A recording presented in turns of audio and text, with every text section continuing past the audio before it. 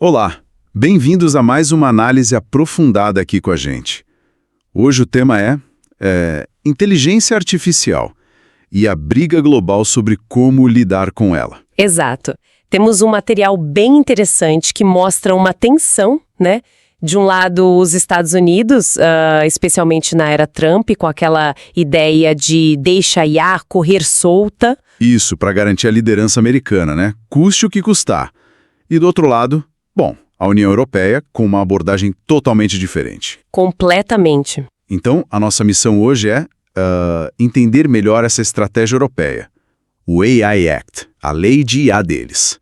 Será que ela consegue mesmo ditar as regras do jogo no mundo todo?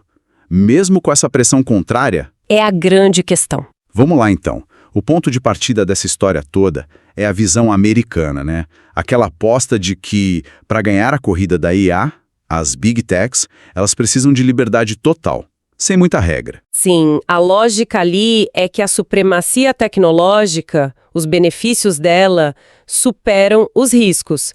E olha que os riscos não são pequenos, né? Nem um pouco. A gente está falando de mais vigilância, desinformação, até questões existenciais, éticas bem sérias. Exatamente. E essa filosofia está bem clara no AI Action Plan deles. O foco é cortar o que eles chamam de burocracia, né? Aquilo que para eles só trava o desenvolvimento. É uma aposta clara na desregulação. Inovar primeiro, pensar nas consequências, talvez depois. É bem por aí. Mas aí é que a coisa fica interessante mesmo, porque a União Europeia foi pro lado oposto. Totalmente. Foi mesmo. Em agosto de 2024, a lei de IA entrou em vigor. E não é qualquer coisa. É a primeira legislação do mundo que é abrangente e vinculativa sobre IA. Um marco, né? Mas qual o objetivo deles exatamente? Olha, o objetivo europeu é diferente. É tentar achar um equilíbrio, harmonizar o avanço da tecnologia com a proteção de direitos fundamentais, com justiça, com democracia. Entendi. Então tem limites claros. Sim, a lei coloca limites. Por exemplo, restringe bastante o uso de reconhecimento facial para vigilância, assim, indiscriminada, sabe? E também limita a IA que pode ser enviesada, tipo em contratação ou para decidir crédito. Tentando colocar ética no código, então. É uma tentativa, sim, de colocar princípios antes da aplicação pura e simples. E isso nos leva direto para um conceito que eu acho fascinante. O tal do efeito Bruxelas. Parece nome de filme, né? Parece, mas é muito real.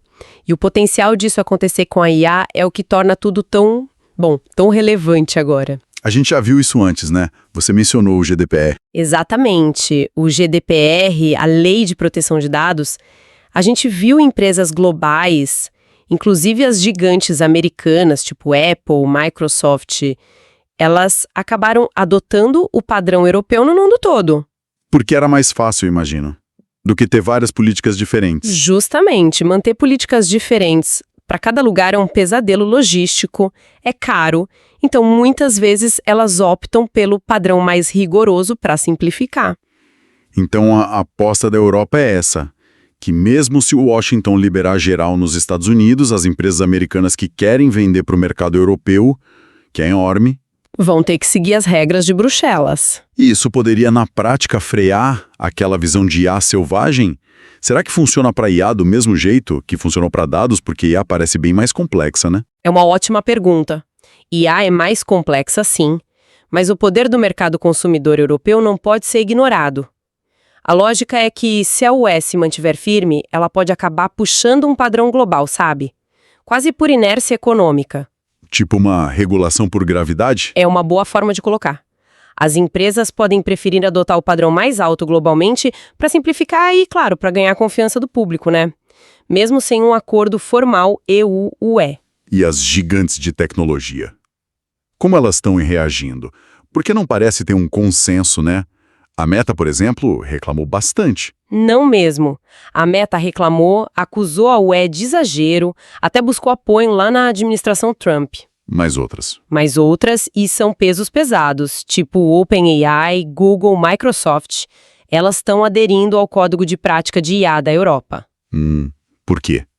Estratégia? Provavelmente. Elas podem ver isso como uma forma de construir confiança, de se antecipar a outras regulações que podem surgir por aí e, no fim, simplificar a operação global. Faz sentido. E tem aquela possibilidade de estados americanos copiarem, né? Como a Califórnia fez com privacidade. Exato. A Califórnia é um ótimo exemplo. Nada impede que outros estados olhem para as regras da UE como um modelo. Mas essa firmeza da Europa, ela não deve vir de graça. Imagino a pressão dos Estados Unidos acusando de protecionismo. Ah, sim. A pressão é forte. Externa, com essas acusações, com críticas de figuras políticas importantes nos Estados Unidos sobre regulação sufocante, até ameaças veladas de retaliação comercial ou insegurança. E internamente, também tem debate. Também tem. A UE tem dito que a lei de IA não é negociável. Isso ficou claro em acordos comerciais. Mas dentro da própria Europa tem discussão. O relatório Draghi, por exemplo, sobre competitividade, Eu vi sobre isso. ele criticou o ritmo lento da inovação em IA na Europa e, sugeriu que a regulação poderia ser um freio.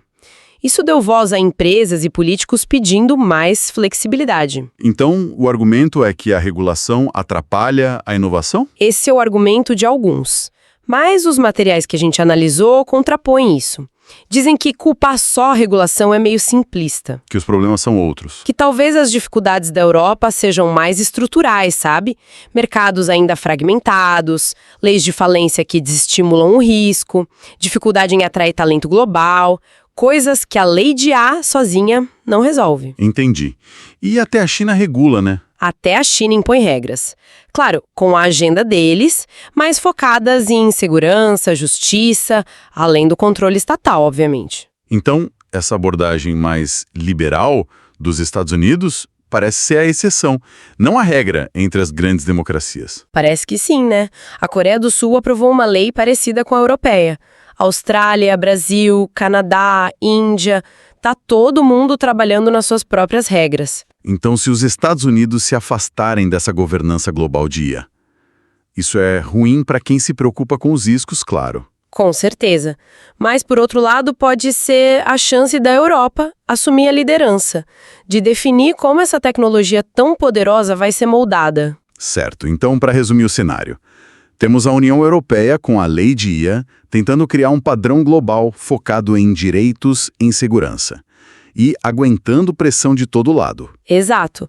E o efeito Bruxelas como esse mecanismo meio inesperado que pode fazer essa visão se espalhar pelo mundo. Bom, isso deixa a gente com uma pergunta no ar, né? Para todo mundo pensar. Qual seria? Será que a gente vai ver uma convergência, todo mundo se alinhando a princípios parecidos com os da Europa, criando um padrão global de fato? Ou será que as prioridades de cada país, as agendas diferentes, vão levar a um mundo digital ainda mais fragmentado, mais complexo para navegar? Fica aí a reflexão.